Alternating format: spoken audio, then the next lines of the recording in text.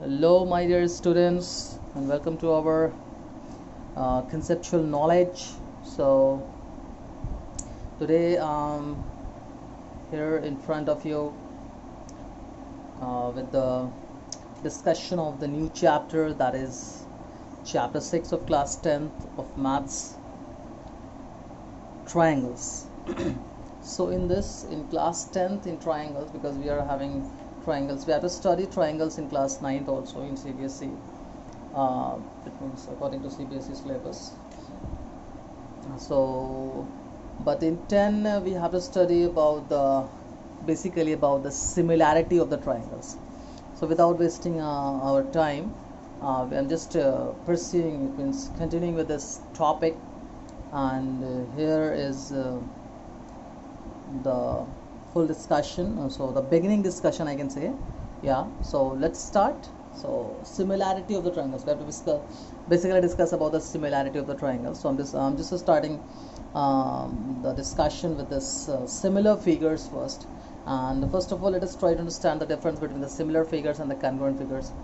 So congruent figures, I hope so that all of you are already knowing about this, that the figures or the shapes which are having, it means the figures or the objects of the same shape and same size are called the congruent figures. It means which are going to overlap exactly or superimpose each other or overlap each other like that. And regarding the similar triangles, or you can say similar figures, so similar figures are the figures which looks same but not exactly, it means of same size. So a simple definition about the similar figures, you can say, like we are having the, see, you can see in the picture that we are having the circles. So 1 2 3 all are having the similar size, it means a shape, but not having the similar size. So one of the things we can just observe very minutely over here, that the ratio of the circumference to the diameter is going to be the same in all the circles. So this is one of the things which is making all the circles similar. I think you people need to observe the things, and observation is the most important thing in science and mathematics. So all of you should observe the things. Okay, now let us see over here. If you see that these figures, so this is a polygon of 4 sides, and you can say the polygon of 4 sides is called quadrilateral, and in that quadrilateral is a special case of the quadrilateral, like which is having the 4 equal sides and all in triangle methods. 90 degree, that is a square, obviously well annoying. Okay, so let us continue fastly. So this is a square of different sizes, it means I had shown you, but they all are congruent. So why they all are congruent? So if you take, like, let us assume that this is the first side, second, third, fourth. Similarly, first side, second side, third side, fourth side. Similarly, first, second, third, fourth. So if you take the ratio of these all, like, let us take the ratio of this first side of this square and the first side of this square. So what you people are going to find? You are going to find that A2 by A1 will be the ratio. Similarly, if you find in these two squares this ratio and this ratio, the second side's ratio, again you are going to get A2 by A1. So you can see that the constant thing again you are getting in terms of the ratio of the dimensions of the things. So you can say that again, so these figures are also similar figures. So one of the things we are observing, like the some ratio type of thing is being constant in all the similar figures. So from these observations we get to the conclusion, like there are more observations that are needed, but still just I'm just directly moving on to the conclusion that the condition for the similarity of the polygons. So overall we are talking about the polygons. Okay, so simply that their corresponding angles should be equal and the ratio of the corresponding sides should be in proportion, like they must be in proportion as I had shown you over here. So similarly in triangles, if you see them, you see that the sides must be in proportion if the two triangles are similar. So likewise we can continue with the similarity of the triangles also, because polygons sorry, because triangle is also a polygon. So we just continue with the same condition. Okay, so before moving through the similarity of the triangles, different triangles, just let us first go on for the discussion of this basic proportionality theorem. Okay, so this is one of the key concept, you can say, which Mr. Thales had observed, and just get to the conclusion of this theorem, See, I'm again and again I'm telling you people that observation is the most important key for the development of any theory, any theorem, or anything. So observe. We need to observe everywhere, you know. So basic proportionality theorem. See here, as we know that if we want to divide a line segment into the different ratios by using a point, like let us have any point P, and we want to use this point P to divide this line in the ratio of 2:5, or any suitable ratio what you want, m is to n, anything.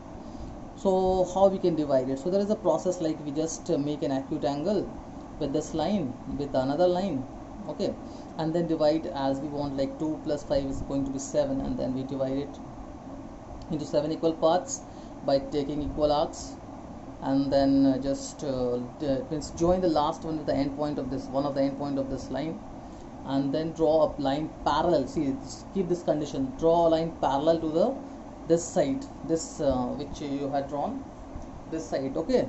So wherever you want to divide the, it means the line, so you want to have the ratio of 2:5, so obviously you will divide from the 2 or first and second here, okay, and draw a line parallel to this line. So a line parallel to this line, just keep this thing in your mind. So what the ratio we are going to have for this line, 2:5, so similar ratio we are going to get for this line also, that is AP by BB is equals to 2:5. I hope so that I'm just trying to make it clear to you people, and the rest of the things you people will understood automatically, because this is not a very tough thing, okay. So I hope so that you will understood this thing, okay. So this is the key concept you can say for the basic proportionality theorem. Now I'm moving on to the basic proportionality theorem, okay. Now here I am in front of you people with the discussion of the Thales theorem, and I'll try to just make it very fast, you know, because I don't want to enhance the length of the this video too much. So this is talking about the basic proportionality theorem, like Thales theorem, we can just call it as basic proportionality theorem also. So the statement says, what does the statement says? If a line is drawn parallel to one side of a triangle to intersect the other two sides in distinct points, and the other two sides are divided in the same ratio. This is one of the very easy thing to understand. Like we are having a triangle ABC, and we are just taking a line which is parallel to the one of the sides of the triangle, and simultaneously dividing this line A and the other two sides of the triangle at two distinct points. Then this line will divide the two sides in the same ratio, that is we are going to have AP by PB is equals to AQ by QC. This only we have to prove. So we are going to prove first of all the basic proportionality theorem, and please try to understand everyone what does this theorem says. Okay, so here is your theorem. So first of all, what are the prerequisites? See, first I had written about the prerequisites, that what things you should know from your class 9, so that you can understand this thing. So you should know the two theorem you can say about the areas of triangles which you have to study in your class 9. So that is area of triangles on same base or have base of equal length, and within the two same parallel lines are equal, okay. So this is one of the criteria, and another one is that if the two triangles on different base but within the same parallel lines, then the ratio of their areas will be equal to the ratio of their bases, okay. So this is the prerequisites, and now I'm directly just moving on. So given triangle ABCB is given to us, and this PQ, two different distinct points, the PQ is dividing AB and AC at P and Q, and then with next we have to do the construction. So we are joining BQ and PC, and then we are just dropping the perpendicular from Q to line AB, you can say, that is QS, and then from P to line AC, that is PR perpendicular on AC and QS perpendicular on AB. So why we are just doing these constructions? So when I just keep prove the things, then automatically you get to know, okay, why I did, because whenever just we had concluded from the previous discussion that this line must be parallel to this line. So now to prove this theorem, it means in the direction of proving this theorem, we need to do some things which will enable us to get our result. So to get our result only, I'm doing these things. Okay, so I hope you will understand when I just finish the proving of this. Okay, so here is this a triangle ABC. Okay, now yeah, let us start our proof. We have to prove that to prove given I had written the given thing to prove, and then the proof is going to be started. Okay, just a minute. Okay, so let us continue with the proof.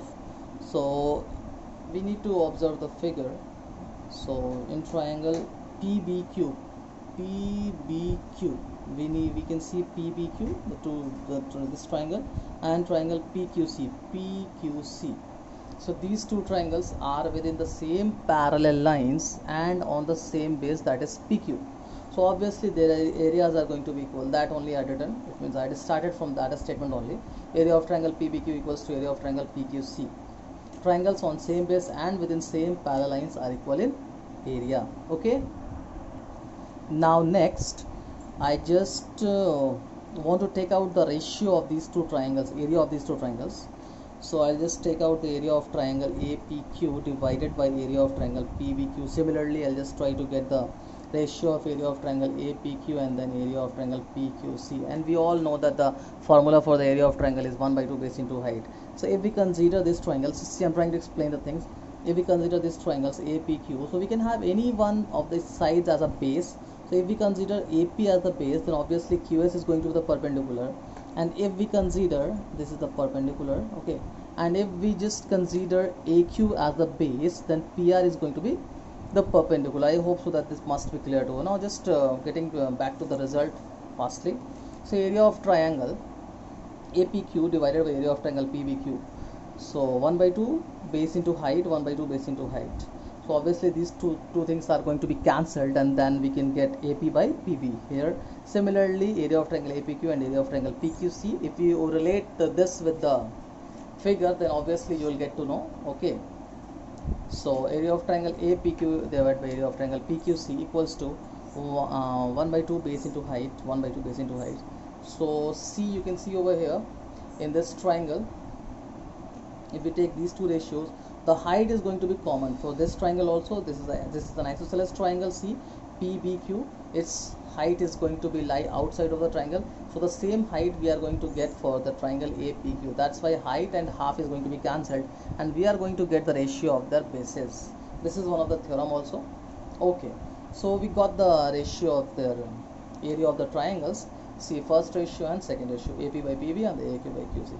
So we are having three results. Basically, you can say that the first result is this: these two areas are equal. Okay, you can see over here, area of triangle PBQ is equals to area of triangle PQC. Now see here, area of triangle PBQ and area of triangle PQC, and the upper part APQ and APQ. So both are automatically equal. So if both are equal, so it means we can say that these two, it means the equation, these two equations, the LHS of these two equations are equal. Once the LHS of these two equations are equal, then obviously their RHS is also going to be equal. Now let's get our result. Okay, so first we are writing that area of triangle APQ divided by area of triangle PBQ is equals to area of triangle APQ divided by area of triangle PQC, because these two areas are already equal and these are, you can see, it's equal. So both the ratios are going to be equal. From equation first I had written the reason for this, and then this you can see that this equals to this and this equals to this. I had written over here also from equation second and third. So we had got our required result. Now I'm going to discuss with you people the corollaries. Okay, I think that this video length is going to be too much large if I just include the corollaries in the same video only. So I think that it is very much suitable if I'll just make the corollaries and the converse of this Thales theorem discussion in the next video. So thank you for everyone for being here and just watching my video, and everyone, please, if you do have any questions, then you can ask in the comment box. Thank you everyone.